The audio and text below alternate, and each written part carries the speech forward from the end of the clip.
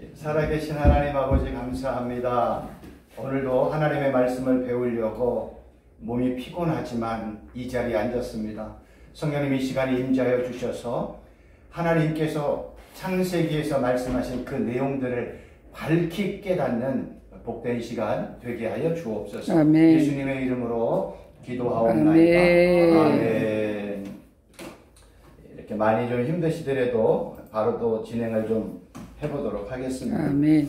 먼저 중요한 성경 한 구절 읽고 시작하도록 하겠습니다. 창세기 1장 11절에서 13절 내용을 제가 읽어드리도록 하겠습니다.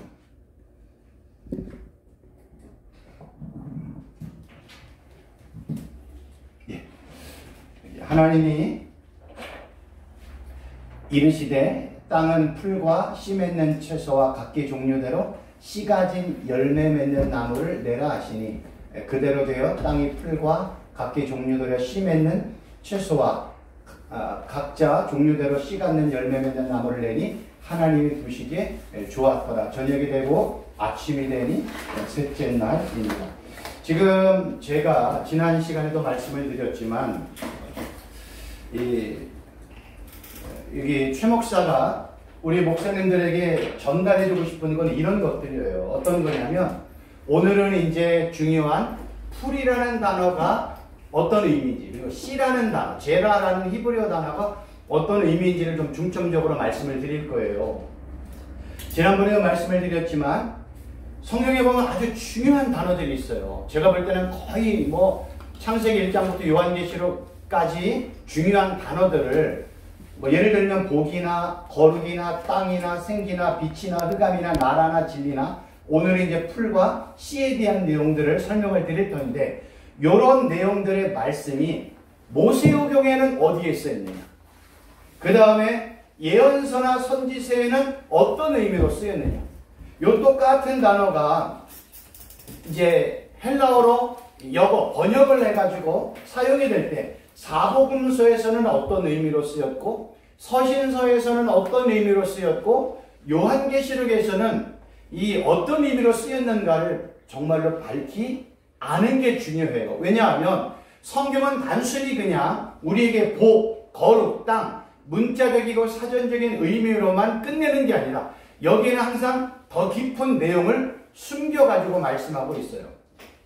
그래서 이 단어들이 항상 예수님과 하나님과 어떻게 연관되어 이 단어들이 확장이 되어지고 이 내용에 깊이가 있는지를 여기 최 목사는, 최 교수는 이런 것들을 준비를 해가지고 지금 우리 목사님들에게 하나하나 말씀을 드리고 있는 겁니다.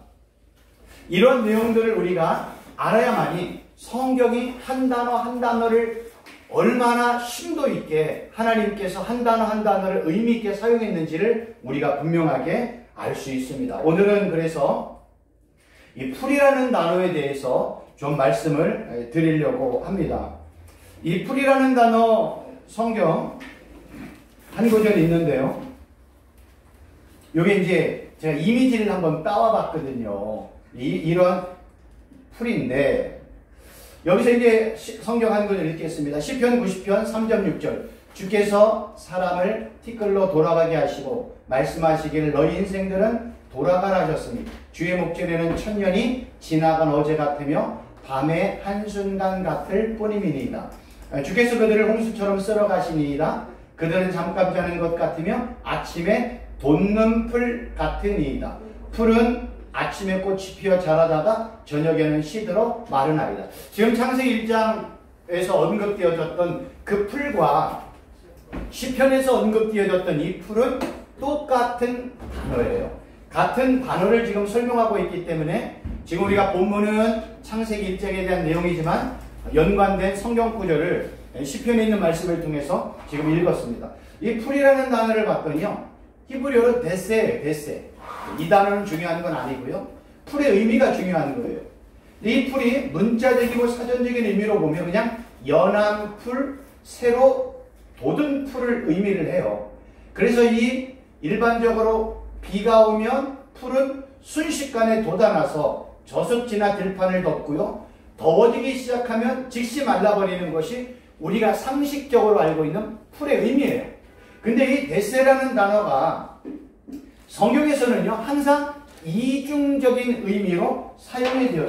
제가 이 히브리어를 연구를 해봤더니요, 히브리어에 있는 중요한 단어들, 중요 단어들은요, 항상 이중적인 의미가 있어요. 첫째는 문자적이고 사전적인 의미, 우리가 일반적으로 아는 의미고요. 두 번째로는요, 이걸 저는 성경적 의미라고 저는 표현을 합니다. 왜 성경적 의미냐면, 이 단어가 하나님과 예수님과 연관이 되어지면 단어의 의미가 확정이 되기 때문에 제 표현으로는 그냥 성경적 의미라고 저는 설명을 합니다. 여기서 이 데세라는 풀이라는 단어가 사용일 때는 첫 번째는 그냥 여기서 설명드린 것처럼 땅에 자라는 풀이에요. 근데 이 단어가 비유적이고 은유적인 내용으로 이 데세라는 단어가 사용이 되어지면, 풀은요, 인생의 짧음이나 덧없음을 표현할 때 풀이라는 단어로 사용을 한다는 거예요. 그래서 시편이나 이사야나 베드로전서에서 사람의 인생과 모든 육체를 표현할 때 마치 아침에 돋는 풀 같다. 그 풀은 잠시 동안 꽃이 피고 자라다가 저녁에 시들은 마른 풀과 같다라는 것을 사람의 인생의 짧음이나 덧없음 또는 인간의 모든 육체를 표현할 때 풀과 연관하여 사용한다는 거예요. 그러니까 얼마나 의미가 확장이 돼요. 그래서 우리가 성경을 바라볼 때는 성경은 항상 이중적인 의미가 있다. 첫째는 문자적이고 사전적인 일반적인 의미가 있고, 둘째는 성경적인 의미로 성경에서 이 똑같은 단어가 어느 곳에 어떤 의미로 사용됐는지를 우리가 확인하면 내용을 좀 더 확장하고 이 단어의 의미를 깊이 좀 알 수가 있습니다. 그런데 성경은요, 재미있는 거는 풀은 아침에 피었다가 저녁에 시들은 그러한 짧은 덧없음을 표현을 하면서 뭐와 또 비유하냐면 하나님의 말씀은 영원하다는 거예요. 풀은 잠시 피었다가 죽고 그 풀은 인생의 덧없음이나 모든 인간의 육체라고 설명했는데, 동시에 베드로는요, 영원하신 하나님의 말씀을 이 풀과 연관하여 지금 설명을 하고 있습니다. 시편 92편 6, 7절에 보면 한심히 어리석은 자도 알지 못하며 무지한 자도 이를 깨닫지 못하나이다. 아기들은 풀같이 자라고 악을 행하는 자들은 다 흥하할지라도 영원히 멸망하리다. 왜 악인들을 풀같이 자란다고 얘기할까요? 악인들은요, 잠시 득세하는 것 같지만 그거는요, 순식간에 사라져버리고 멸망하기 때문에 악인들의 모습을 풀과 같다라고 설명을 하고 있는 것입니다. 이렇게 지금 성경은 풀이라는 한 단어를 문자적이고 사전적인 의미로 설명했고, 두 번째로는 반드시 성경에서 보다 깊은 의미로 어떤 때는 인생의 덧없음, 헛됨 또는 인생의 모든 시간의 짧음, 이러한 것들을 풀과 연관하여 사용을 했다는 거예요. 이 베드로가 이 베드로전서 1장 24절에서 이렇게 이제 설명을 합니다.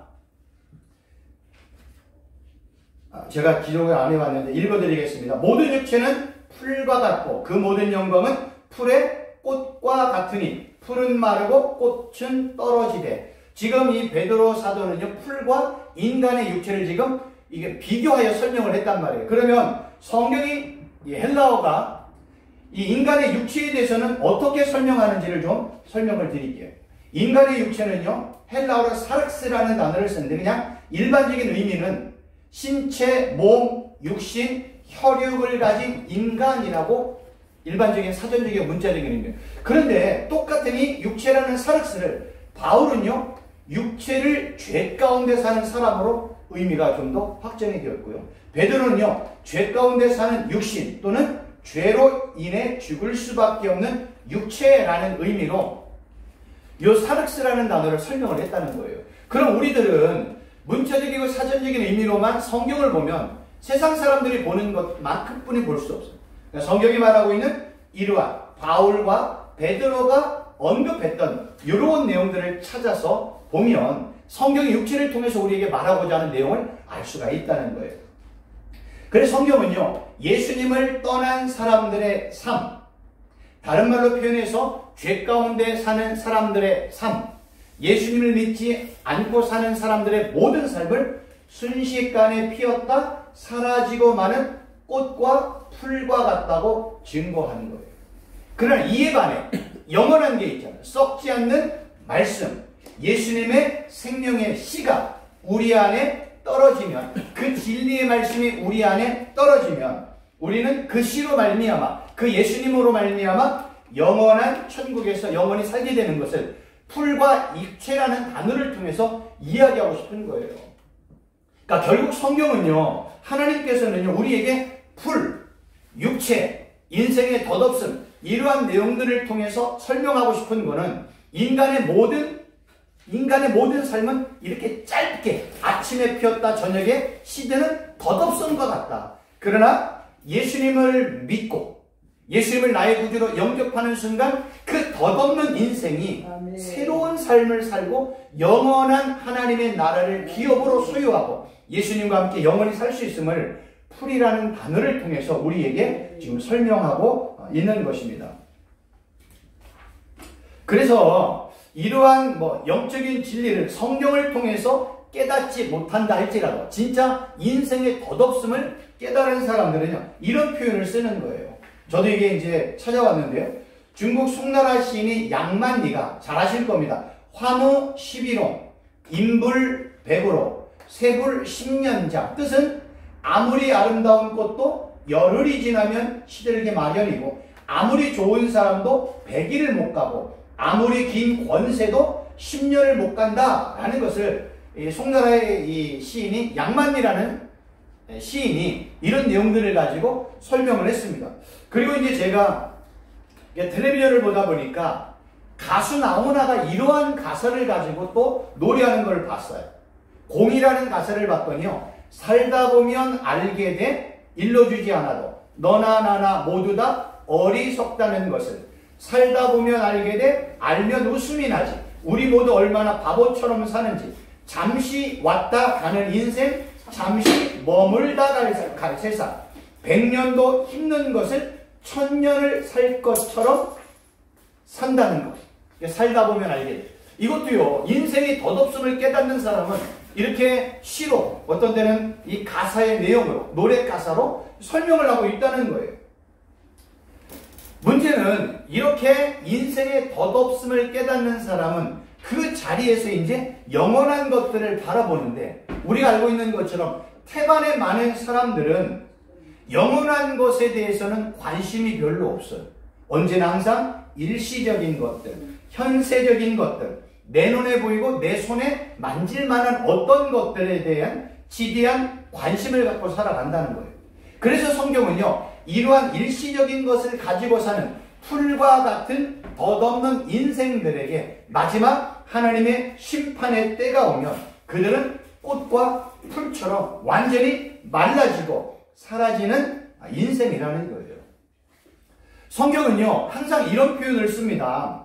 어떤 표현을 쓰냐면 하나님이 보시기에, 이런 단어 혹시 기억하시죠? 성경은 하나님이 보시기에, 성경은 하나님이 보시기에라는 단어 의미 안에는 뭐냐면 사람이 보기에는 이런 의미도 표현하고 있는 거예요. 여러분, 인생도요, 사람이 보기에는요 70년, 80년, 100년, 200년의 인생이라고 생각되어지는데, 하나님이 볼 때 우리 인간의 인생은요 찰나와 같은 인생이라는 거예요. 불티와 같은 인생이라는 거예요. 그래서 성경에서 이러한 하나님의 관점이 어떠한 건지를 우리에게 설명해주고 있는 거예요. 그래서 우리가 믿음이 깊어지고 우리의 믿음의 눈이 열리기 시작하고 영안이 열렸다고 하면 우리의 모든 것들을 하나님이 보시기에 어떠냐가 중요하다는 거예요. 그러니까 우리가 하루를 살아갈 때 하나님이 보실 때 어떤가, 내가 볼 때 어떤가가 아니에요. 그러나 세상이나 악한 사단과 그의 졸개들과 그의 추종자들은 항상 우리의 관점을 나의 관점, 사람의 관점, 세상의 관점, 세상의 가치관의 관점으로 보게 하는 거예요. 그러나 우리 삼위일체 하나님, 성령 하나님은 우리가 예수님의 눈으로 하나님이 보시기에 어떠냐는 것을 우리에게 깨닫게 해준다는 거예요. 그래서요, 이런 질문을 제가 해봤습니다. 성경에서 영원히 존재하는 것들이 있다면 어떤 것들이 있을까? 우리 목사님 한번 생각해 보세요. 영원한 것들이 성경에서 어떤 것들로 설명되어 있습니까? 첫째는요, 삼위일체 하나님, 만군의 여호와 하나님 아버지 예수 그리스도, 성령 하나님이 영원하고요. 둘째로는요, 진리의 말씀이 영원합니다. 셋째는요, 사람의 영혼이 영원합니다. 넷째는요, 천국과 지옥이 영원합니다. 결국 성경은 이러한 내용들을 통해서 우리에게 진짜 우리가 관심을 갖고 살아야 되는 것은 풀과 같이 잠시 있다가 사라지는 그러한 무가치한 삶을 사는 게 아니라 진짜 영원한 것, 진짜 변하지 않는 것, 진짜 썩지 않고 쇠하지 않는 진짜 하나님, 예수님, 성령 하나님 또는 진리의 말씀, 영원한 하나님의 나라, 새하늘과 새 땅을 사모하며 사는 것이 우리의 진짜 복된 인생이라고 성경은요 반복해서 우리에게 설명해 주고 있다는 거예요. 지금은 이제 제가 풀이라는 한 단어를 가지고 이렇게 지금 설명을 드렸어요. 아까도 말씀을 드린 것처럼 이 풀이라는 한 단어를 통해서 예언서와 모세오경과 서신서와 요한계시록과 사복음서를 이렇게 두루두루 사통팔달로 보는 눈이 열리는 게 중요해요. 그런데 이런 것들을 지금 최순복 교수처럼 이렇게 하기가 어렵잖아요. 그래서 이제 제가 지금까지 연구하고 이런 식으로 하나님의 말씀을 연구해 놓은 지금 이제 우리가 창세기를 공부하는 두 나무라는 책을 참조하면 정말로 좋고요. 또 하나는 이제 지난 학기에 십계명을 제가 이렇게 똑같은 방법으로 이렇게 기록을 한 내용이 있어요. 그러한 것들을 참조를 하면 성경이 이러한 단어를 통해서 어떻게 우리에게 말씀하고 있는가를 확연하게 볼 수 있는 눈이 열리기 시작한다는 거예요. 그냥 생으론 최순복 교수가 막 길을 만들어 놓고 터를 닦아서 서울부터 부산까지 갈 수 있는 고속도로를 만들어 놨으면 그냥 그 책만 사면 고속도로를 금방 타가지고 쉽게 가요. 근데 나는 내가 스스로 한번 해보겠다. 이래가지고 내 스스로 다시 시작하면 시간이 얼마나 많이 걸릴지 몰라요. 그래서 이제 우리 주위에 있는 여러 가지 좋은 자료들을 내 것으로 읽고 습득하면 나는 벌써 남이 만들어 오는 그 고속도로 이외에 나는 달려가기만 하면 되는 거예요. 그래서 이러한 것들도 직접 하는 것보다는 최순복 교수가 벌써 한 7년, 8년 동안 연구하고 그리고 그러한 내용들을 책으로 기록한 것들을 그냥 보기만 해도 내 것으로 될 수 있거든요. 이제 그런 이제 유익이 있다는 겁니다. 그러면 이제 풀에 대한 설명이 끝났다면 이제는 성경에서 씨라는 단어가 어떤 의미로 사용이 되어 있는지 설명을 좀 드리도록 하겠습니다. 우리가 씨에 대한 내용들이 많이 나오거든요. 그냥 단순히 씨일까? 성경은 절대 그렇지 않다는 거예요. 이러한 내용들을 모세오경이나 선지서나 서신서나 복음서나 계시록을 통해서 이 단어가 어떤 의미로 사용되는지 알면 씨라는 한 단어를 통해서 정말로 하나님이 말씀하고 싶은 진짜 내용을 알 수 있다는 거예요. 조금 복잡하지만 이렇게 한번 적어봤습니다. 창세기 1장 11절에 언급된 씨라는 이 히브리어 단어는요 그냥 제라예요. 제라. 근데 이 단어가요 사전적이고 문자적인 의미로 보면 씨 또는 씨 뿌리는 것이라는 의미예요. 근데 이 제라라는 똑같은 단어가 비유로 사용이 되어지면 씨는요 자손이나 소산을 의미를 해요.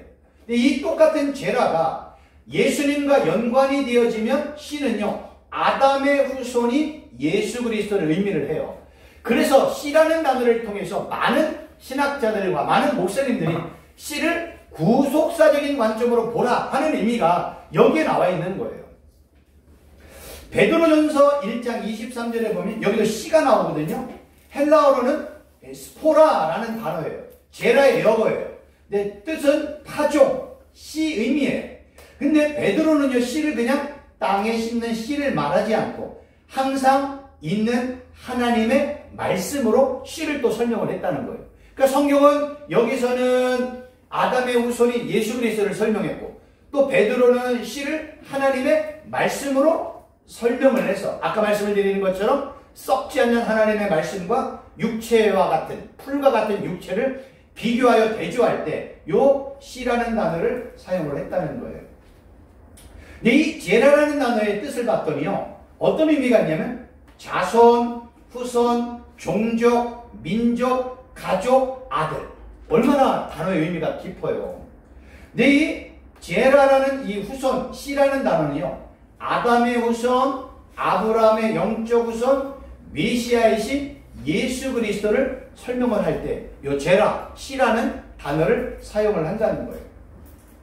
그러니까 성경은 이렇게 씨, 후손이라는 단어가 너무나 중요하기 때문에 뭐 예전에 어떤 그 목사님은 그 계보, 왜냐하면 씨나 후손 이런 것들은 계보가 있잖아요. 계보를 뭐 계토, 다른 말로 표현하면 뭐 족보. 그래서 이러한 내용들을 가지고 엄청나게 연구를 많이 한 분들이 많이 있단 말이에요. 그런 분들이 이 씨, 후손, 이런 제라, 이런 단어가 중요하기 때문에 연구한 목적은 바로 뭐냐면 성경이 이 씨, 이 후손이 어떻게 성장하고 어떻게 이 씨가 자라는지를 설명하고 있기 때문에 그런 거예요. 그러니까 성경은 단지 배추씨 심어서 배추가 자라고 그 다음에 뭐 무씨 해서 무씨가 자라 그런 거에는 관심이 없어요. 제가 지난번에도 한 말씀을 드렸지만 성경 66권을 뭐에 대한 강조점으로 보느냐에 따라서 모든 목사님들의 목회 방침이 완전히 달라져요. 우리 목사님들은요, 성경 66권의 핵심을 뭐라고 보세요? 구약의 핵심을 뭐라고 보세요? 신약의 핵심을 뭐라고 보세요? 저는요, 제가 뭐 이거다 저거다 말하기보다는 예수님이 뭐라고 말씀하셨냐면 구약의 모세오경과 시편의 모든 말씀과 선지자들, 예언서들에 대한 모든 얘기는 다 누구에 대한 얘기라고 했어요? 네. 예수님 자신에 대한 내용이라고 얘기했어요. 그러면 구약에 있는 모든 내용들은 다 예수님에 대한 내용이네요.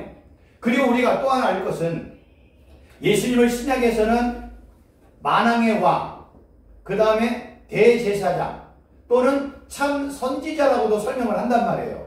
근데 구약에 봤더니 왕에 대한 내용이 있네요. 구약에 봤더니 제사장에 대한 내용이 있네요.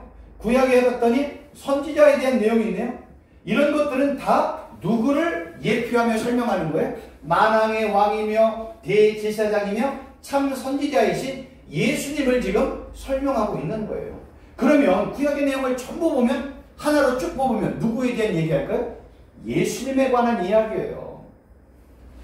그러면 신약 성경에 사복음서가 있잖아요. 사복음서는 뭐에 대한 내용입니까? 예수님의 생애, 예수님의 말씀, 예수님의 십자가 사건, 예수님의 부활에 대한 내용들을 증거한 게 사복음서예요. 그럼 사도행전은 뭘까요? 이 예수님을 만난 예수님의 제자들, 사도들, 예수님을 자신의 구원자와 예수님의 십자가 사건과 부활을 경험했던 예수님의 제자들, 사도들이 온 천하 만민 가운데 돌아다니면서 복음을 증거했잖아요. 그래서 제자들의 사역은 예수님의 십자가 부활을 증거했어요. 바울도 그래요. 나는 예수님의 십자가, 예수님의 부활만 증거한다. 하나님 나라만 증거한다. 그런 사도행전의 모든 역사는 예수님의 십자가 사건과 예수님의 부활과 하나님의 나라를 증거한 내용들로 기록된 교회가 탄생한 이야기란 말이에요.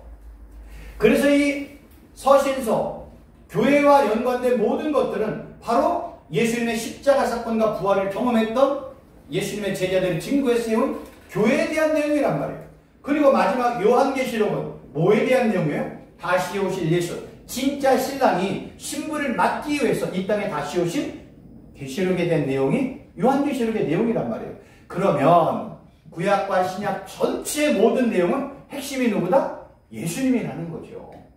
제가 이거를 깨닫고 성경 창세기 1장부터 요한계시록 21장까지 모든 내용들을 다 훑어봤더니 모든 단어들, 내용들마다 핵심이 누구다? 예수님이다. 성경은요, 예수님에게만 관심이 있어요. 다른 모든 거에는 관심이 없어요. 성경은 오직 예수님. 왜요? 하나님과 예수님이 이 땅을 바라볼 때, 뭐 몇만 년, 몇백만 년, 몇 광년이라고 얘기하는 이 땅을 바라볼 때, 하나님이 볼 때 그 인간의 시간은 전부 다 찰나와 같잖아요. 풀과 같잖아요. 영원하신 하나님이 볼 때 수억만 광년이라고 할지라도 하나님이 볼 때는 아침에 폈다 저녁에 시들은 풀과 같은 인생이란 말이에요. 사람이 볼 때는 수백억만의 광년이라고 얘기하지만 영원하신 하나님, 이 땅을 창조하신 하나님이 볼 때는 불태와 같은 인생이란 말이에요. 그러한 하나님이, 그러한 예수님이 이 땅에 성육신하셔서 이 짧은 3년 6개월 동안의 공적 사업을 하실 때 뭘 증거할까요? 이 땅에 그냥 사라질 풀과 같은 삶에 대한 것들을 가지고 이야기할까요? 절대 그렇지 않다는 거예요. 3년 6개월 동안에 예수님의 사역은 오직 영원한 것, 하나님의 나라. 그래서 예수님의 비유의 거의 대부분은 다 내용이 하나님 나라에 대한 비유라는 거예요. 그러니 맞죠. 하늘에서 내려온 예수님이 이 땅에 사시는 33년 반의 인생 중에 공적 사역의 3년 6개월 동안 무엇을 얘기하셨을까요? 하늘에서 내려온 하늘나라에 대한 내용을 얘기하지 않을까요? 그러니까 예수님의 관심은 하나님의 나라에 있는 거예요. 그렇다면 이러한 내용들을 성경을 통해서 깨달으면 성경은 다 예수님에 관한 이야기구나. 예수님의 십자가 사건과 부활에 대한 내용이구나. 그리고 예수님이 진짜 만왕의 왕으로 통치한 새하늘과 새 땅에 대한 내용임을 우리는 이러한 내용들을 통해서 밝히 깨달아야 된다는 거예요. 그래서 성경은 씨, 후손도 누구에 대한 씨예요? 아담의 후손이 예수 그리스도에 대한 내용을 하고 싶은 거예요. 어디서부터요? 창세기 1장부터. 창세기 1장부터 성경은 예수님에 대한 이야기를 하고 있는 거예요. 우리가요, 이 바울이 그런 표현을 씁니다. 바울이 뭐라고 표현을 쓰냐면, 첫 번째 아담은 살아있는 영, 그 다음에 마지막 아담 또는 두 번째 아담이라고 얘기하는 건 누구예요? 살려주는 영, 누구를 얘기해요? 예수 그리스도 얘기하는 거예요. 어디서부터? 첫 아담부터 성경은 진짜 말하고 싶은 게 누구예요? 예수 그리스도를 이야기하고 싶은 거예요. 그러니까 이런 내용들을 보면 성경은 전부 다 하나님에 대한 내용이네, 전부 다 예수님에 관한 내용이네 라는 것을 우리가 알 수 있는 겁니다. 그래서 성경은요, 이 씨, 제라라는 한 단어를 통해서 이 씨가 어디에 사용이 되었고 누구와 연관이 되었는지를 계속해서 똑같은 단어를 통해서 성경에서 반복해서 설명하면서 결국 누구에게까지 가는 거예요? 예수 그리스도에게까지 가는 거예요. 그래서 성경의 씨는 다 뭐예요? 예수 그리스도와 연관되어 성경을 바라봐요. 그래서 이 씨, 이 후손, 이 제라가 어떻게 성장하고 어떻게 위기를 맞고 어떻게 자라고 있는지에 대한 내용을 설명하는 거예요. 단지 그냥 씨 맺는 채소, 씨 가진 채소, 씨 맺는 나무, 이런 열매에 대해서 성경이 굳이 뭐하러 얘기하겠어요? 사과나무, 배나무, 포도나무, 배추, 무, 이런 거에 대해서 뭐하러 관심을 갖겠어요? 성경은 다 예수님에 관한 이야기인데, 인간이 먹고 사는 것에 대한 것은 사실 성경에 관심이 하나도 없습니다. 그래서 성경은요, 이 씨, 제라, 하나님의 후손들, 아담의 후손들이 어떻게 성장하고 자라고 있는지, 그리고 그 아담의 후손이 둘째 아담인 예수 그리스도, 마지막 아담인 예수님과 어떻게 연관되어 있는지 그 내용을 성경은 설명하고 싶은 겁니다. 그래서 바울이 고린도전서 15장 45절 이렇게 설명을 합니다. 기록된 바 첫사람 아담은 생명이 되었다함과 같이 마지막 아담은 살려주는 영이 되었나니. 히브리서 1장 2절에서 이 모든 날 마지막에는 아들을 통하여 우리에게 말씀하셨으니 이 아들은 만유의 상속자로 세우시고 또 그로 말미암아 모든 세계가 지어졌느니라. 지금 결국 성경, 신약 성경은 누구에 관한 얘기예요? 하나님의 아들에 대한 내용이에요. 그 아들이 직접 이 땅에 성육신하셔서 하나하나 모든 것들을 설명을 하고 있는 겁니다. 그래서 성경은요, 이러한 내용들을 통해서 결국 우리에게 말씀하고 싶은 거는 예수님으로 말미암아 이제 예수님이 씨를 뿌리잖아요. 씨를 뿌리잖아요. 씨를 말씀이라고 얘기하고 또 씨를 생명이라고 얘기를 하잖아요. 그러니까 이 생명의 씨, 이 영생의 씨를 예수님은 오시자마자 뿌리기 시작했다는 거예요. 그리고 이 씨가 자라면서 이 씨가 또 다른 씨에게 또 생명의 씨, 영원한 영생의 씨를 계속해서 확장하고 성장하는 내용들을 우리는 씨 뿌리는 비율을 통해서 30배, 60배, 100배로 확장되는 것을 성경은 설명하고 싶은 거예요. 성경은 내가 열심히 일하고 노력하는 나의 일터나 사업장에서 목회가 30배, 60배, 100배로 10명 가져야겠더니 막 300명, 600명, 1000명, 이거에 대한 내용이 아니라 하나님의 말씀의 씨, 예수님이 가지고 있는 이 생명의 씨, 영원한 씨가 사람에게 뿌려져서 그가 어떻게 30배, 60배, 100배로 성장하고 있는지를 설명하는 게 씨에 관한 내용이에요. 그래서 성경은 씨에 대한 내용들이 많이 기록되어 있는 겁니다. 우리가 잘 아는 것처럼 우리가 예수 믿기 전에는 우리가 길가 또는 돌짝밭 길가였겠지요. 그런데 나의 마음밭이 돌밭이고 길가였고 가시떨기였는데 하나님의 한량없는 은혜로 말미암아 생명의 씨가 뿌려졌네요. 말씀의 씨가 뿌려졌네요. 그것이 내 마음밭에 자라면서 이제 내 마음밭이 옥토가 되어지고 거기에서 30배, 60배, 100배 열매가 맺혀지는 거예요. 결국은 예수님의 씨 아니면 예수님의 생명 그것이 내 안에 뿌려지는 순간 예수님의 씨가 내 안에 뿌려지는 순간 나는 뭘 가진 존재가 된 거예요? 씨를 가진 존재가 되는 거예요. 그 씨는 누구예요? 예수 그리스도를 내 안에 모시고 살잖아요. 성령 하나님이 내 안에 거하시잖아요. 그러니까 우리는 예수의 생명의 씨가 내 안에 들어와서 그때부터 나는 씨 가진 존재가 되는 거예요. 씨 가진 나무가 되는 거예요. 그래서 그 예수님이 내게 주신 그 씨로 말미암아 나는 또 다른 사람에게 그 씨를 전달해 주네요. 그 씨를 다른 사람에게 뿌려주네요. 예수님을 증거하네요. 천국 복음을 증거하네요. 생명의 말씀을 전하면서 그도 내가 전하는 씨의 말씀, 진리의 말씀을 듣고 그 사람도 씨 가진 열매나 나무가 되는 거예요. 이 의미를 이해하시겠어요? 그러니까 성경은 이 얘기하고 싶은 거예요.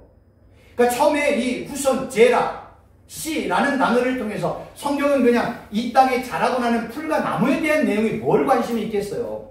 마지막 하나님의 심판이 임하면 모든 것들은 불로 타 없어질 세상인데 그러니까 영원한 것에 관심을 갖고 성경은 기록이 되어 있고 그 영원한 것들에 대한 내용들을 이제 설명을 하자. 그러니까 씨를 가지고 설명을 하는 거예요.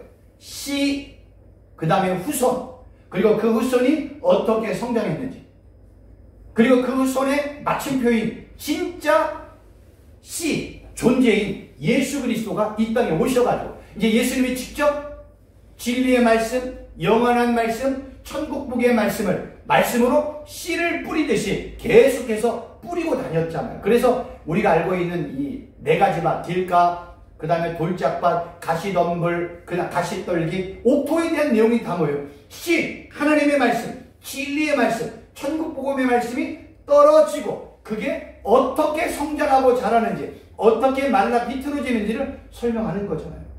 그 네 가지 밭은 다 우리의 마음을 설명한다고 성경에 나와 있잖아요.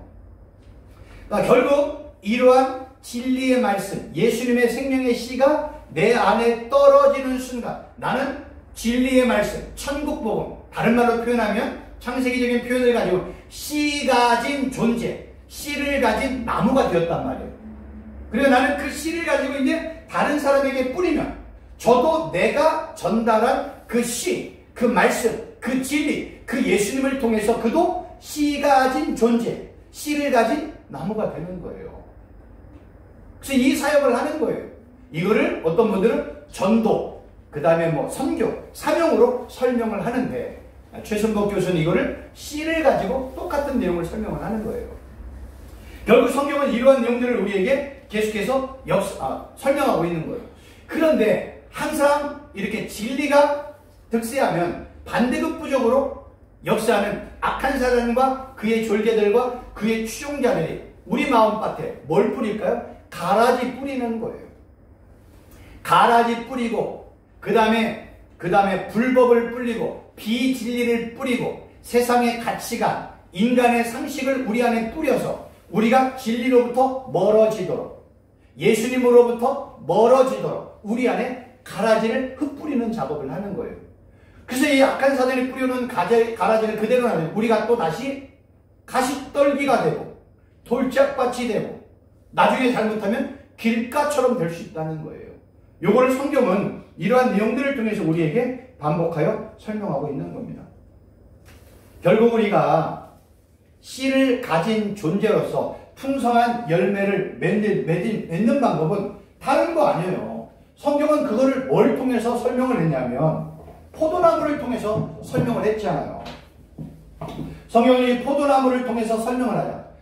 예수님은 포도나무의 줄기, 우리는 그 줄기에 붙어있는 교회, 가지라고 얘기하잖아요. 그래서 이 교회 가지는 줄기로부터는 진액을 받아 먹어야 여기서 열매를 맺잖아요. 열매를 맺잖아요. 그래서 포도나무에서 맺혀지는 열매, 그러니까 참 포도나무인 이 줄기가 포도나무인 예수님에게서 맺혀지는 열매가 있다면 어떤 열매일까? 포도나무가 열매일까요? 줄기인 예수님으로부터 적부이친 교회, 지체, 신부들에게서 맺혀지는 열매가 있다면 우리가 먹는 그 포도나무 열매, 포도가 열릴까요? 그렇지 않잖아요. 뭐가 열리겠어요? 예수님의 열매가 맺겠죠. 예수 열매. 그 열매가 이제 여러 가지로 이제 설명할 수 있겠죠. 이 예수 열매. 아니면 그거를 뭐 성령의 열매라고 얘기도 하고, 그 다음에 뭐 신의 성품이라고 표현도 하기도 하고, 뭐 여러 가지 열매에 대해서 말씀할 수 있을까요? 아니면 빛의 열매라고도 표현할 수 있고요. 여러 가지로 설명할 수 있는 거예요. 결국 예수님과 연합된 자, 예수님과 한 몸이 된 교회, 신부들은 예수님이 주는 진액, 예수님이 주는 말씀, 그거를 다른 데서는 예수님의 피, 살이라고 얘기하는 그 말씀을 내가 매일매일 생명의 떡, 생수의 말씀처럼 일용할 양식으로 받아 먹으면 나는 그 말씀을 통해서 예수님이 나를 통해서 맺고자 하는 열매들이 맺혀지는 거예요. 영혼을 살리고 교회를 세우고 하나님 나라를 확장하고 예수님의 이름을 증거하고 예수님만 자랑하며 선포하는 그러한 일들이 나를 통해서 맺혀지는 거예요. 이건 다양한 열매들로 설명되어질 수가 있습니다. 그래서 이제 중요한 거는 바로 뭐냐면요, 성경이 설명하고 있는 이런 풀, 씨라는 제라 한 단어를 통해서 단순히 그냥 문자적이고 사전적인 의미로 보면 성경의 다른 곳에서에 대한 내용이 설명이 안 돼요. 해결할 방법이 없어요.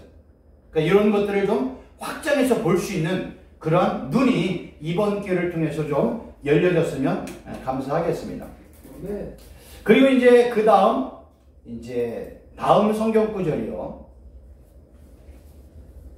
책을 갖고 있는 분들은 이제 그 창세기 1장 14절, 15절에 대한 이제 내용을 좀 설명을 드리도록 하겠습니다. 이 내용은 이제 그 형상, 하나님의 형상에 대한 내용들을 알고 계시는데 먼저 연관된 성경 구절 설명을 드리도록 하겠습니다. 하나님이 이르시되 하나님이 하늘의 궁창에 광명체들이 있어 낮과 밤을 나누게 하고 그것들로 징조와 계절과 날과 해를 이루게 하라. 또 광명체들이 하늘의 궁창에 있어 땅을 비추라 하시니 그대로 되니라. 우리 목사님들이니까 성경에 대한 기본적인 내용들을 많이 알고 있잖아요. 그러니까 저는 그런 내용들을 설명하고 싶은 마음이 추워도 없습니다. 성경이 우리에게 말하고 싶은 중요한 단어들, 광명체라는 단어를 뭘로 설명하고 있는지 설명을 드리도록 하겠습니다. 성경이 광명체들이라고 얘기할 때, 지난 시간에 제가 말씀을 드릴 때 빛을 히브리 단어로 빛을 오르라고 얘기했고, 이 단어가 포스라는 단어, 헬라어로 이 단어가 설명이 돼요. 포스, 오르. 근데 이 빛이라는 단어가요, 광명체하고 동일한 단어예요.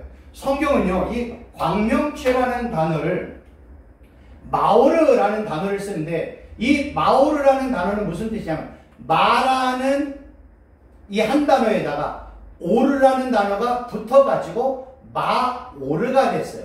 이 마오르라는 단어가 어디에 사용이 됐냐면 하늘에서 비치는 해와 달과 별들에게 사용이 됐다는 거예요. 근데 재미있는 거는 이 마라는 이 마가 동사와 첨부가 되어 마오르라는 명사가 되어지면 의미가 바뀌어지는 거예요. 확장이 돼요. 동사가 이루어지는 장소나 도구 또는요 빛을 나타내는 곳, 도구나 어떤 장소를 설명할 때 마오르라는 단어를 써요. 마가 빠진 오르는 그냥 해와 달과 별들, 발광체들을 의미하는데 여기서 마오르라는 단어가 이제 같은 마라는 단어가 오르와 함께 사용이 되어지면 빛을 나타내는 도구나 빛을 나타내는 어떤 장소를 의미해요. 그래서 이 마오르라는 단어가 어디에 사용되는가 봤더니 성막 안에 있는 등대와 등불에 이 단어가 사용이 되었어요. 근데 우리가 알고 있는 것처럼 성막 안에 있는 이 등불은 누구를 예표해요? 예수 그리스도를 예표한다고 얘기하잖아요.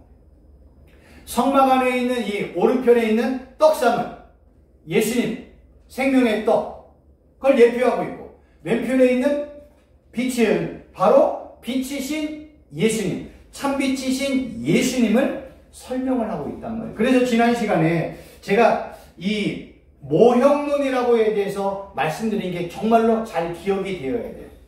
성경에는요, 구약을 모형, 그리고 구약을 그림자라는 의미로 히브리서 기자가 설명을 했어요. 신약을 원형 또는 실체라고 표현을 하는데, 구약, 신약 이런 의미보다는 이거를 조금 더 집중하면 구약의 예수님과 연관된 모든 내용들, 여기서는요, 인물, 사건, 의식, 종교의식, 성막, 성전, 성막과 성전 안에 있는 모든 기명들, 다 예수님과 연관된 이러한 내용들을 성경은 그림자, 모형이라고 설명을 하고 있어요. 그리고 신약 성경에는 이 구약에 언급되었던 예수님과 연관된 모형 그림자들이 전부 다 신약에 있는 예수님을 설명하는 원형이며 실체라고 설명을 한다는 거예요.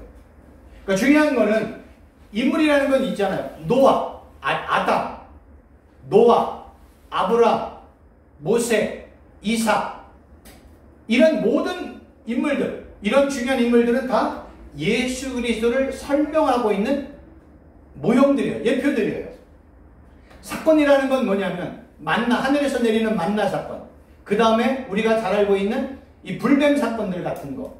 하늘에서 내리는 만나를 뭐라고 설명해 예수님이? 너희들 과거의 광야에서 하늘에서 내려온 그 만나 먹고 다 죽었지? 내가 하늘에서 내려온 떡이야. 너희들 광야 40년을 지날 때 광야에서 하늘에서 내려온 떡을 진짜 만나 생명의 떡으로 먹으면 너희 다 사는데 너희 조상 다 죽었어? 뭘로 먹었어요? 그냥 하늘에서 내려오는 떡으로만 먹었다는 거예요. 그러면서 예수님이 뭐라고 그래? 나는 하늘에서 내려온 떡이야. 나는 생명의 떡이야. 나를 먹는 자 영원히 살 거야. 그러면서 예수님이 내 몸과 내 살을 떡이며 피라고, 피와 피를 내 몸의 음료와 떡으로 살을 설명을 했잖아요. 그리고 이제 구약에 보면 이 불뱀 사건이 있잖아요. 이스라엘 백성들이 하나님의 말씀에 불순종해 좀 돌아가라고 얘기했더니 하나님이 불뱀을 배워가지고 불뱀을 물린 자들이 다 죽어가고 있을 때 하나님이 모세를 통해서 야, 높은 곳에 장대어 세우고 높뱀 세우면 너희들 다 불뱀에 묻는 자 다 살아난다? 그거를 예수님이 뭐라고 그래요? 광야에서 높뱀을 높이 든 것처럼 나도 높이 들려야 하리니. 예수님의 십자가 사건을 그대로 설명하고 있는 거예요. 그리고 이제 의식, 제도라는 건 바로 뭐냐면 우리가 알고 있는 속죄제, 속건제, 화목제, 그 다음에 이런 속죄제, 속건제, 화목제, 이런 여러 가지 제사제들이 있잖아요. 근데 모든 제사를 드리기 위해 매일 아침마다 어린 양을 바치는 제사 이름이 있어요. 그거를 상번제라고 얘기해요. 상번제. 상번제라는 거는 아침과 저녁에 흠없는 어린 양을 바치는 것. 이 번제단 위에 흠없는 어린 양을 바치는 것. 그리고 이후에 번제, 소제, 속제제, 속건제, 화목제 여러 가지 것들을 여기다 올려놓는 거예요. 제일 기본은 뭐예요? 상번제인 흠없고 점없는 어린 양. 그건 누구를 예표하는 거예요? 흠없고 점없는 예수 그리스도를 설명하고 있는 거예요. 그리고 우리가 잘 알고 있는 것처럼 구약에 천으로 지은 성막이 있고 돌로 지은 성전이 있잖아요. 그 내용이 복음서에 갔더니 예수님이 뭐라고 그래요? 너희들 이 성전 헐어 내가 3일 만에 다시 세울 거야. 일으킬 거야. 그러면서 설명이 뭐라고 해요? 성전이신 예수님을 설명한다고 얘기하잖아요. 그래서 구약 성경에 성막이 나오고 성전이 나오고 스룹바벨 성전이 나오고 솔로몬 성전이 나오고 그 다음에 누구예요? 이런 여러 왕들에 대한 성전들이 많이 나오는 이유는 그 다음에 에스겔에 또 성전에 대한 내용이 나오는 거예요. 전부 다 이 성전은 누구를 설명하려고 그래요?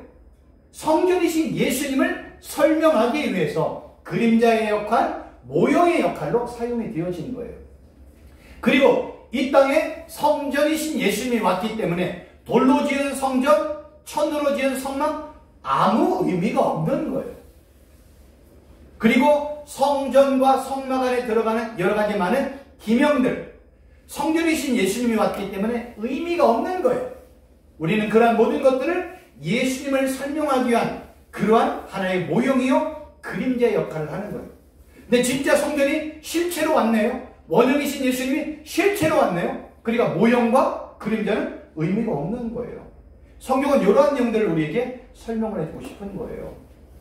그래서 중요한 이 모형론의 핵심은 뭐냐면 구약에 있는 내용들 전부가 예수님의 모형이다? 아니에요. 중요한 거는 신약 성경에 예수님과 연관된 내용들이 예수님의 생애, 예수님의 십자가 사건, 예수님의 부활, 어린 양 되시는 예수님과 연관된 모든 내용들만 모형이요 그림자라는 거예요. 중요한 핵심은 어디에 있어요? 예수님이에요. 예수님. 신약의 예수님과 연관된 모든 내용들만 모형이라고 표현하고 그림자라고 해요. 그 외에 다른 것들은 그냥 여기 모형이나 그림자에 연관되어 있지 않습니다. 핵심은 누구예요? 예수님. 예수님의 십자가 사건과 예수님이나 예수님의 부활과 연관, 또는 예수님의 말씀과 연관된 예수님의 여러 가지 많은 사건들과 연관된 내용들만 구약에서 모형과 그 다음에 그림자의 역할을 감당한다라고 설명을 하는 겁니다. 한 가지 이제 마지막으로 이제 설명을 드린다면 성경의 이 빛, 아까 오르라는 단어가 어떤 때는요 하나님의 얼굴빛을 설명을 할 때 이렇게 이 오르라는 빛이라는 단어를 이제 설명을 합니다. 이 성경은 이러한 내용들을 설명을 할 때 그냥 단순히 그냥 빛이란 의미보다는 항상 성경은요 이러한 내용을 통해서 우리에게 말하고 싶은 건 뭐냐, 빛을 통해서 하나님의 은혜, 하나님의 돌보심이라는 단어로 사용을 하고 있다는 거예요. 그래서 성경은 이 빛의 표현을 어떤 때는 주의 얼굴로 설명을 해요. 주의 얼굴을 주의 종에게 비치시고 라고 표현하잖아요. 해와 달과 별들이 비치기 주의 얼굴을 우리에게 비춰주소서 할 때 이 얼굴이라는 이 단어가 히브리어는 파님이라는 단어를 써요. 사람의 얼굴, 하나님의 얼굴에도 사용이 되었는데 이 하나님의 얼굴에 이 단어가 사용이 될 때는 언제나 하나님의 은혜 또는 하나님의 돌보심이라는 의미로 사용이 되었어요. 그래서 이스라엘 백성들이 시편의 내용들을 보면 하나님이 얼굴을 드시거나 하나님께서 얼굴을 이스라엘 백성들에게 이렇게 비춘다는 것은 하나님의 은혜가 임하고 하나님의 구원이 임할 때, 하나님의 평강이 임할 때 이런 하나님의 우리에게 얼굴을 비친다라고 표현을 하는 거예요. 만약에 하나님의 얼굴을 우리에게 외면한다, 돌려버린다, 하나님의 얼굴을 외면하고 돌려버린다, 그러면 하나님의 은혜와 평강이 이스라엘 백성들에게 떠났던지 하나님과의 교제가 끊어졌다고 표현할 때, 또는 하나님의 진노가 임할 때 하나님이 하나님의 얼굴빛을 돌렸다, 외면했다 라고 설명을 하는 거예요. 그러니까 우리가 알고 있는 사전적이고 문자적인 의미로 이러한 내용들을 보면 이러한 내용을 절대로 해석하고 풀이할 수가 없어요. 그러나 히브리에 이런 파님이라는 단어를 그냥 딱 치고 연구를 하면 이런 내용들이 다 나오는 거예요. 그냥 저는 단지 이러한 내용들을 그냥 정리하고 이러한 내용들이 성경의 어떤 의미로 어떻게 사용되어 있는지를 제가 설명하는 것뿐이 없는 거예요. 저도 누군가 다 해놓은 일들을 제가 잘 정리하고 제 나름대로 모형으로 이렇게 실체로 또는 그림자로 원형으로 설명을 하는 것뿐이에요. 그러니까 이런 내용들을 우리 목사님 누구나 다 쉽게 다 할 수 있습니다. 그러니까 첫걸음이 어렵기 때문에 최선복 교수가 우리 목사님들에게 알려준 이런 내용들을 잘 참조를 해가지고 다시 이거 다 아는 내용이네 이렇게 얘기하신다니까. 제가 완전 어디 새로운 세상에 가서 받아온 게 아니라 기존에 있던 여러 가지 내용들, 히브리어, 헬라어에 대한 사전이고 이런 문자적인 내용들을 찾아서 연구하고 공부를 해가지고 제 나름대로 조합한 거예요. 상합하고 연합하고 조합하고 제 나름대로 뭔가를 만들어 놓은 거예요. 그거를 지금 이 시간에 이제 우리 목사님들에게 하나하나 설명을 드리는 겁니다. 만약에 똑같은 단어를 어떤 분은 풀이나 재라나 그 다음에 뭐 얼굴, 뭐 이런 빛, 뭐 이런 단어들을 다른 분들은 다르게 접근할 수 있어요. 그러나 저는 한 단어를 모세오경을 통해서 보고 선지서를 통해서 보고 사복음서를 통해서 보고 그 다음에 서신서를 통해서 보고 요한계시를 통해서 전체적인 맥락으로 한 단어를 사통팔달로 보기 시작했더니 성경이 이 한 단어를 통해서 우리에게 말하는 그 의미를 보다 더 깊이 접근할 수 있는 그 은혜를 제가 체험하고 말씀을 드리는 겁니다. 충분히 오늘 내용에 대해서 이해가 되셨죠? 네. 어렵진 않죠? 네. 재미있죠? 네. 저도 재미있어가지고 오랫동안 이렇게 공부를 했는데 이렇게 또 말씀을 전할 수 있어서 하나님 앞에 찬양과 영광과 또 감사를 돌립니다. 질문 혹시 있으세요? 뭐든지. 그 교수님. 예. 혹시 시중에. 예. 그 하나님, 예수님, 그 성령님에 대해서 뭐라 할까요?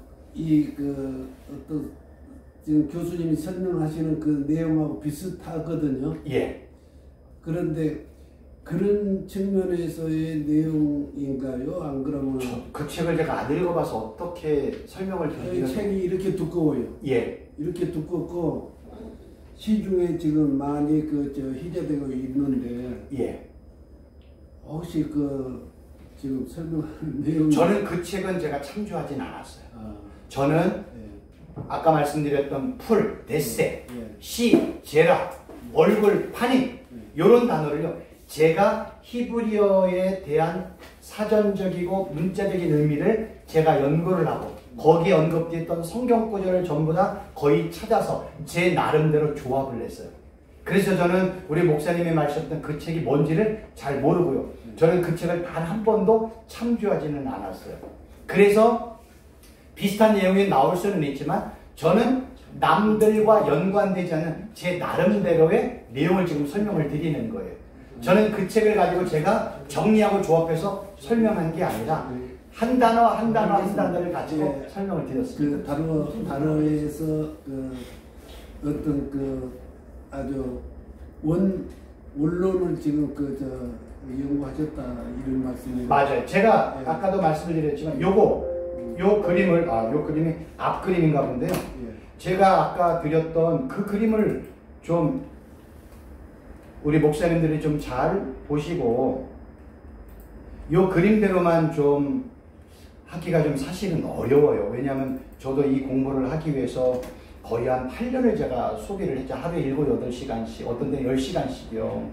이 중요한 한 단어를 요 복이라는 단어가 어떤 때는 바라크, 아사르, 야타부, 토부라고 나와요. 한글 성경은 복이라는 단어를 4단어로 설명을 해요. 근데 이 복이라는 단어가 어떤 때는 한글 성경에서는 좋았더라 라는 토부로 사용해요. 근데 어디서는 또 복이라고 사용을 해요. 이게 한 단어가 여러 히브리어 단어로 한글 성경은 복이라는 한 단어인데 히브리어를 찾아서 복이라는 단어를 찾아봤더니 바라크, 아사르, 야타부, 토부라는 4가지 단어로 설명을 해서 그런 내용을 전부 다 제가 추적을 해봤어요. 모세오경은 어떻게 나온지, 선지서는 어떻게 나온지, 그 다음에 그 단어가 헬라어로 번역이 되었을 때 마카리오스나 율로기오라는 2 단어로 사용이 되어지는 거예요. 그래서 그 율로기오와 마카리스라는 단어가 어떻게 쓰였는지를 복음서와 서신서, 요한계시를 통해서 제 나름대로 그 내용들을 제가 찾고 연구하고 성경 구절을 공부해서 제 나름대로 정리를 한 것이 십계명, 그리고 두나무 또는 이제 산상수훈이라고 해가지고요 제가 한 500페이지 정도 정리를 해놓은 게 있어요. 헬라어. 그런 내용들이 지금 많이 있고요. 하나님 나라의 비유에 대한 비유를 제가 공간복음, 마태마가, 누가 요금에 대한 내용들을 정리를 해가지고 우리 교회 성도들에게 설교를 한 내용이 있어요. 그것도 한 500페이지가 돼요. 다 헬라어 내용들을 제가 직접 찾아가지고 그 의미가 뭔지, 요 성경 구절이 어떤 의미로 사용이 되는지 그런 것들을 이제 제가 찾아서 제 나름대로 정리를 했어요. 그래서 지금 이제 저랑 같이 이제 한 학기를 공부하다 보면 최순복 교수가 말하는 내용들을 이해를 하면 성경은 사통팔달로 봐야 되는구나. 그냥 성경 창세기 1장 1절을 1장 2절에 있는 내용으로만 보는 게 아니라 이것이 성경 창세기 1장 1절로부터 요한계시록까지 그냥 관통이 되어 봐야 돼. 그래서 이 빛이라는 단어가 요한계시록까지, 복이라는 단어가 요한계시록까지, 거룩이라는 단어가 요한계시록까지, 그 다음에 땅이라는 단어가 요한계시록까지, 아담이라는 단어가 요한계시록까지, 그 다음에 풀이라는 단어가 요한계시록, 진리가 요한계시록, 빛이 요한계시록까지 쫙 연결되어지는 방법으로 제가 두나무나 십경이나 모든 책들을 그런 식으로 제가 정리를 했어요. 그러니까 이런 내용들을 보면 성경이요, 어떤 빛으로 관통이 되고, 이제 땅이라는 단어가 이제 2장으로 넘어가면 우리가 알고 있는 그 땅만 얘기하는 게 아니에요. 어마어마한 내용들이 설명이 되고, 나라라는 단어도 그냥 단순한 나라의 의미가 아니에요. 그게 어마어마한 내용들로 되어 있어요. 그런 내용들을 제가 오랫동안 7시간 내지 10시간씩 공부하고 연구하는 하나님의 은혜 가운데, 저도 지금 이렇게 과거에 제가 공부했던 일들을 연구했던 내용을 보자면 지금 저보고 하라면 못해. 그러면서 제 마음에 야 어떻게 그걸 했지? 제가 지금 놀란다니까요. 지금 제가 두나무 10계명을 하면서 제가 미리 이제 공부해 오잖아요. 지금 창세기 1장 1절, 2절, 3절, 4절, 5절 내용을 지금 공부하고 있잖아요. 어떻게 이 내용을 썼지? 지금 저보고 다시 하라면 못해요. 그 자료, 지금 두나무라는 책의 자료를 없애고 저보고 하라면 저는 하나도 못할 거예요. 근데 그때는 어떻게 됐는지요? 하나님이 제게 은혜를 베풀어 주셔가지고 그게 다 연결이 돼. 연결. 여기 찾게도 여기 이런 내용이 있네, 저런 내용이 있네, 이런 식으로 찾아가지고 그런 책이 나오게 된 거예요. 그래서 제가 그걸 보면 야 이건 하나님의 한량없는 은혜가 아니고서는 불가능하다. 그래서 지금 저는 제가 기록했지만 지금 제가 다시 공부를 해요. 공부를 해야지만 우리 목사님들에게 조금이나마 쉽게 설명을 하죠. 제가 기록하고 연구했다고 해서 제 머릿속에 남아있질 않아요. 매 시간 그래서 미리 연구하고 공부하고 어떻게 하면 목사님들에게 쉽게 이해되고 피곤하지 않고 졸리지 않게 설명할까, 이런 이제 방법을 가지고 말씀을 드리는 거예요. 핵심은 그거예요. 한 단어를요 사통팔달로 볼 줄 알아야 돼요. 모세오경, 선지서, 그 다음에 제가 왜 역사서나 시편을 얘기하지 않냐면 이 단어가 역사서, 열왕기상하, 역대상하, 사무엘상에서는 그렇게 큰 의미로 작용하지 않아요. 하나님의 말씀이 이사야, 예레미야, 에스겔, 특별히 이 내용 안에 어마어마하게 설명이 되어 있어요. 우리가 잘 아는 것처럼요, 간음이라고 얘기하면 그냥 두 사람의 남녀의 불륜으로 얘기하는 게 아니에요. 성경은 그 간음을 누구라고 얘기해요? 진짜 남편, 진짜 신랑인 하나님을 선택할래? 인간이 만들어온 가짜 바알, 가짜 신랑, 가짜 남편, 가짜 아버지 선택할래? 성경에는요 하나님을 어떤 때는 아버지로 설명하고 하나님을 어떤 때는 남편으로, 구약에 똑같이 나와요. 어떤 때는 왕으로, 주인으로 설명을 하잖아요.